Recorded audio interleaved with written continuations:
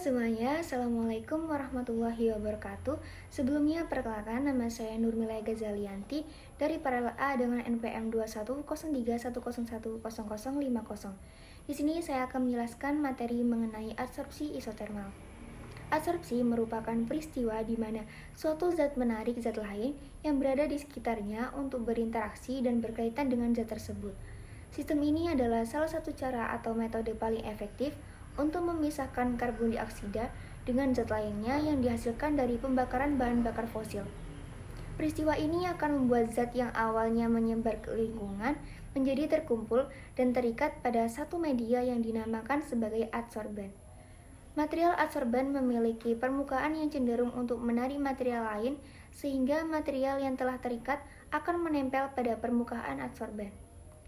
Proses adsorpsi ini banyak dimanfaatkan dalam bidang kimia seperti sebagai katalis, sebagai penjernih air, dan juga mengurangi pencemaran pada air. Secara umum, adsorpsi adalah suatu proses penyerapan atom, ion, atau molekul dalam larutan pada suatu permukaan zat penyerap. Proses ini terjadi pada permukaan dua fasa, yaitu antara fasa gas padat atau cair padat. Zat yang diserap disebut adsorbat, sedangkan zat yang menyerap disebut dengan adsorban. Selanjutnya kita akan membahas materi yang pertama, yaitu membahas jenis-jenis adsorpsi yang umum dibagi menjadi dua. Yang pertama ada adsorpsi kimia, yang terjadi karena adanya gaya kimia dan diikuti oleh reaksi kimia. Pada reaksi kimia, hanya satu lapisan gaya yang terjadi. Besarnya energi adsorpsi kimia sekitar 100 kJ per mol. Yang kedua ada adsorpsi fisika, terjadi karena adanya gaya-gaya fisika, yang besarnya sekitar 10 kJ per mol. Dan yang kedua ada persamaan-persamaan dalam adsorpsi. Persamaan jenis adsorpsi isoterm yang dikenal adalah A. Persamaan Langmuir. Adsorpsi tidak dapat melalui permukaan tunggal. Semua bagian tersebut relatif setara dan permukaannya seragam, yaitu permukaannya rata sempurna pada skala mikroskopis. Kemampuan molekul untuk mengadsorpsi di daerah tertentu tidak bergantung pada hal yang lain, yaitu tidak ada interaksi antara molekul yang teradsorpsi. B yaitu persamaan Freundlich, di mana C1 dan C2 adalah konstanta yang sesuai dengan anggapan bahwa entalpi reaksi berubah secara linear dengan tekanan. Model yang umumnya digunakan untuk menjelaskan adsorpsi isotermal yaitu isotherm Langmuir dan juga isotherm Freundlich. Penjelasan yang ketiga adalah titrasi asam basa. Dalam titrasi asam basa, titrasi dengan basa juga sebaiknya. Reaksi ini juga disebut sebagai reaksi netralisasi dengan titik ekuivalen terdeteksi baik dengan menggunakan warna indikator atau potensiometri dengan elektroda kaca. Yang keempat yaitu aplikasi adsorpsi. Industri pewarnaan berskala besar dan salah satu industri terpenting, namun limbah yang dihasilkan dari industri ini dianggap berbahaya bagi makhluk hidup. Oleh karena itu, penghapusan pewarna dari lingkungan sangatlah penting. Ada berbagai macam metode untuk menghilangkan polutan atau limbah dari lingkungan yang didapatkan diklasifikasikan sebagai pemurnian biologis, kimia, dan proses fisika. Dari teknik tersebut, adsorpsi dianggap sebagai proses paling umum dan juga terkenal. Yang kelima ada perbedaan adsorpsi dan juga absorpsi. Proses absorpsi jika ingin tersebut tertahan di permukaan partikel penyerap, sedangkan adsorpsi jika proses pengikatan ini berlangsung sampai di dalam partikel penyerap adsorban.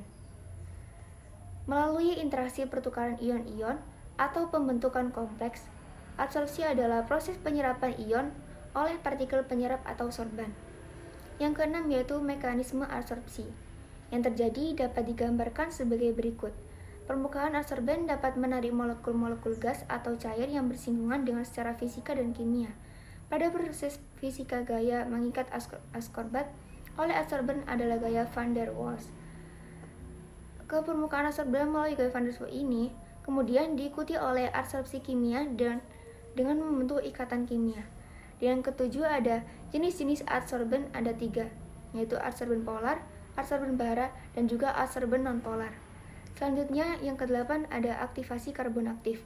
Aktivasi kimia dapat dijadikan sebagai proses pemutusan rantai karbon pada senyawa-senyawa organik dengan bahan-bahan kimia. Dan yang terakhir ada faktor-faktor yang mempengaruhi adsorpsi isotermal yang terdiri dari beberapa hal. Yang pertama ada luas permukaan. semakin luas permukaan sorban maka semakin banyak jumlah zat yang terabsorpsi. Jenis adsorbat. Peningkatan pola stabilitas adsorbat akan meningkatkan kemampuan absorpsi molekul yang mempunyai polarisabilitas yang tinggi. Kemudian ada struktur molekul adsorbat yang pengisahannya, sedangkan nitrogen meningkatkan kemampuan penyisihan. Yang keempat ada konsentrasi adsorbat, dan yang kelima ada temperatur, yaitu di mana pemanasan atau pengaktifan adsorban akan meningkatkan daya serap adsorbat dan menyebabkan pori-pori adsorban lebih terbuka. Pemanasan yang terlalu tinggi dan menyebabkan rusaknya adsorban sehingga kemampuan penyerapannya menurun. Selanjutnya, yang keenam ada pH larutan yang mempunyai kelarutan ion logam, aktivitas gugus fungsi pada biosorban, dan kompetisi ion logam dalam proses absorpsi.